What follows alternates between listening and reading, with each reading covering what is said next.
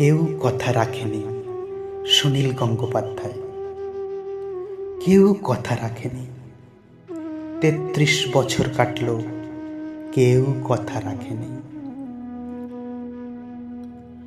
ছেলেবেলায় এক বৈষ্ণবী তার আগমনী গান হঠাৎ থামিয়ে বলেছিল, শুক্লা দ্বাদশীর দিন অন্তরাটুকু শুনিয়ে যাবে।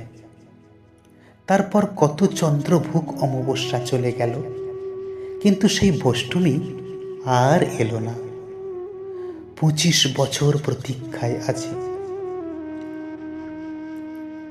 মামাবাড়ির মাঝি নাদের আলী বলেছিল, বড় হও দাদা ঠাকুর, তোমাকে আমি ৩ প্রহরের বিল দেখাতে নিয়ে যাব।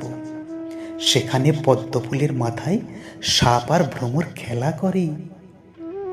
নাদের আলী, আমি আর কত বড় হব? আমার মাথা এ ঘরের ছাদ ফুঁড়ে আকাশ স্পর্শ করলে তারপর তুমি আমায় ৩ প্রহরের বিল দেখাবে? একটাও রয়্যাল গুলি কিনতে পারেনি কখনো। লাঠি লজেন্স দেখিয়ে দেখিয়ে চুষেছে লস্কর বাড়ির ছেলেরা।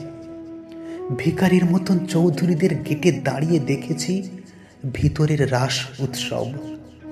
অবিরল রঙের ধারার মধ্যে সুবর্ণ কঙ্কন পরা ফর্সা রমণীরা কত রকম আমোদে হেসেছে। আমার দিকে তারা ফিরেও যায়নি। বাবা আমার কাঁধ ছুঁয়ে বলেছিল, দেখিস একদিন আমরাও। বাবা এখন অন্ধ, আমাদের দেখা হয়নি কিছুই। সেই রয়্যালগুলি, সেই লাঠি লজেন্স, সেই রাস উৎসব আমায় কেউ ফিরিয়ে দেবে না।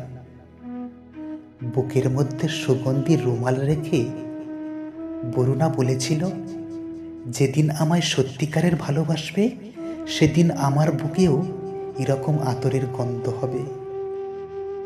ভালোবাসার জন্য আমি হাতের মুঠোয় প্রাণ নিয়েছি।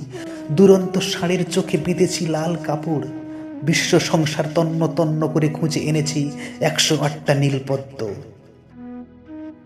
তবু কথা রাখেনি বরুণা। এখন তার বুকে শুধুই মাংসের গন্ধ। এখনো সে যে কোনো নারী। কেউ কথা রাখেনি। ৩৩ বছর কাটল, কেউ কথা রাখে না।